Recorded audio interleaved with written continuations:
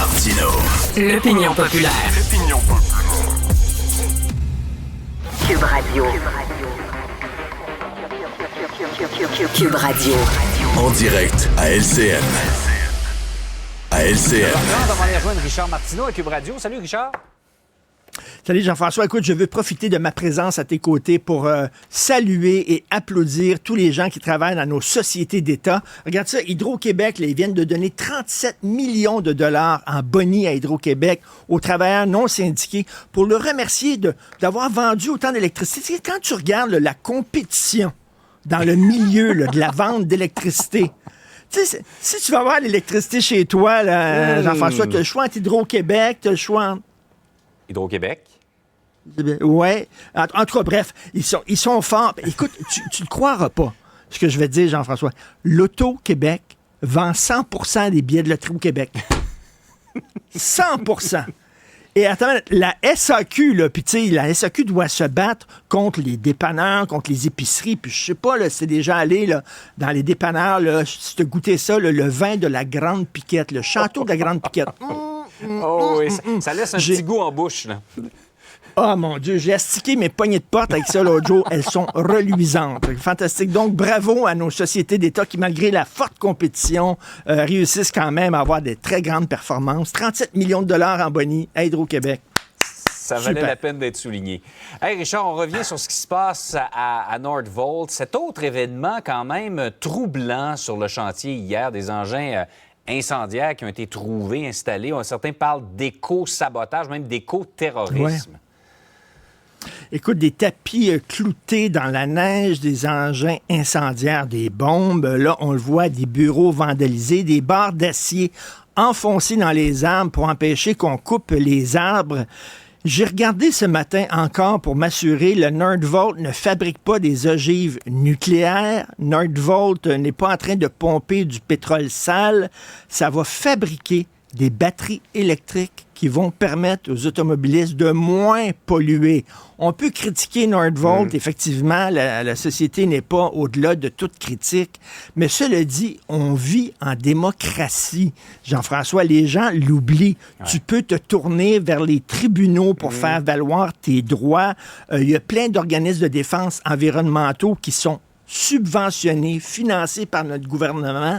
Si tu n'es pas content de Nordvolt et des entreprises polluantes, tu peux militer au sein de Greenpeace, Équiterre, la Fondation David Suzuki, Éco-Justice, les Amis de la Terre, l'Association québécoise contre la pollution atmosphérique, Action boréale, Fondation Rivière, le GRIP, etc., etc.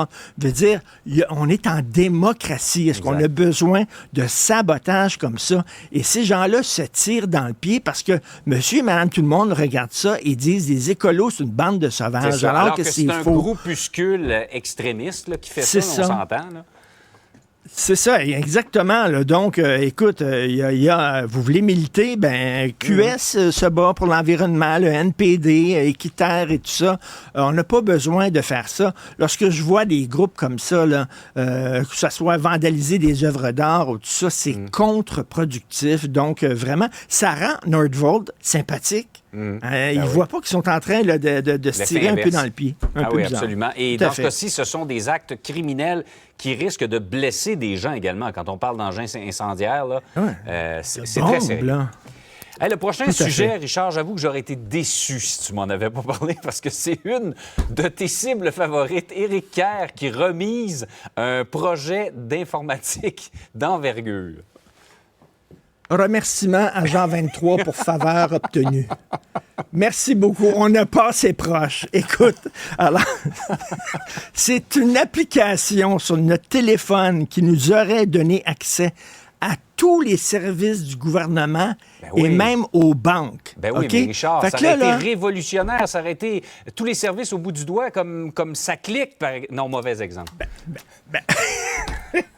Écoute, tu aurais appuyé sur un bouton, la porte de ton garage se serait ouverte, le four serait allumé, puis le REM aurait peut-être déraillé. Tu comprends-tu, là? Je veux dire, heureusement que ça s'est pas fait.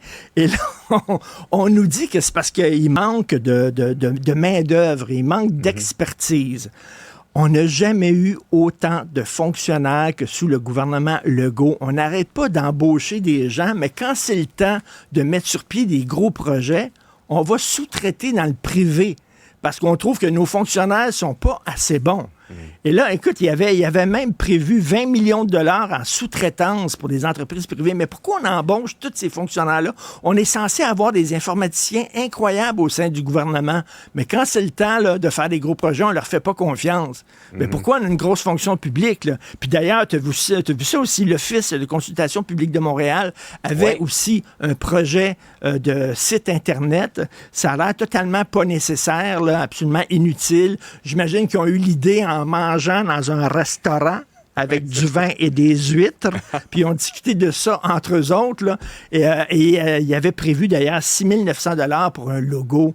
Ça, j'aime ça. Quand le gouvernement arrive avec des nouveaux logos, là, tu te dis « Ouh! » Il se passe des choses. Wow! Ils ont un nouveau logo, toi, avec des nouvelles couleurs, puis tout ça.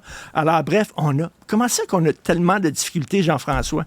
Tous nos projets numériques et informatiques, on dirait, ont des problèmes où ils tombent à l'eau, ou alors des dépassements de coûts incroyables et tout ça. Donc, moi, je dis merci, M. Kerr, d'avoir tiré à plat sur ce projet-là. Parce qu'on rit avec sa clique, mais là, c'était un projet avec nos données personnelles sur notre téléphone. Comme on dit, il ne faut pas se planter parce qu'il y a des répercussions qui pourraient être très graves. Aussi bien prendre notre temps pour mettre de l'avant. Et pendant ce temps-là, dans le milieu de la santé, on fonctionne avec des fax. Oui, le bon vieux fax. Parlez-moi de ça. Allez, passez une belle journée. À demain.